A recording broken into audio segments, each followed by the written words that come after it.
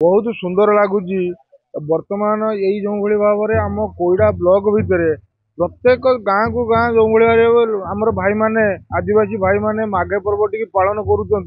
अति उन्नत मान पालन करुँच आगुरी एभली नथिला एबे धीरे धीरे परंपरा को बजाय रखापी से सत चेष्टा करुँच सजासजी बहुत बढ़िया होकर परंपरा ये जो रखा द्वारा पिला माने जो दी तीन दिन धरिकी चली जो पर्वटी से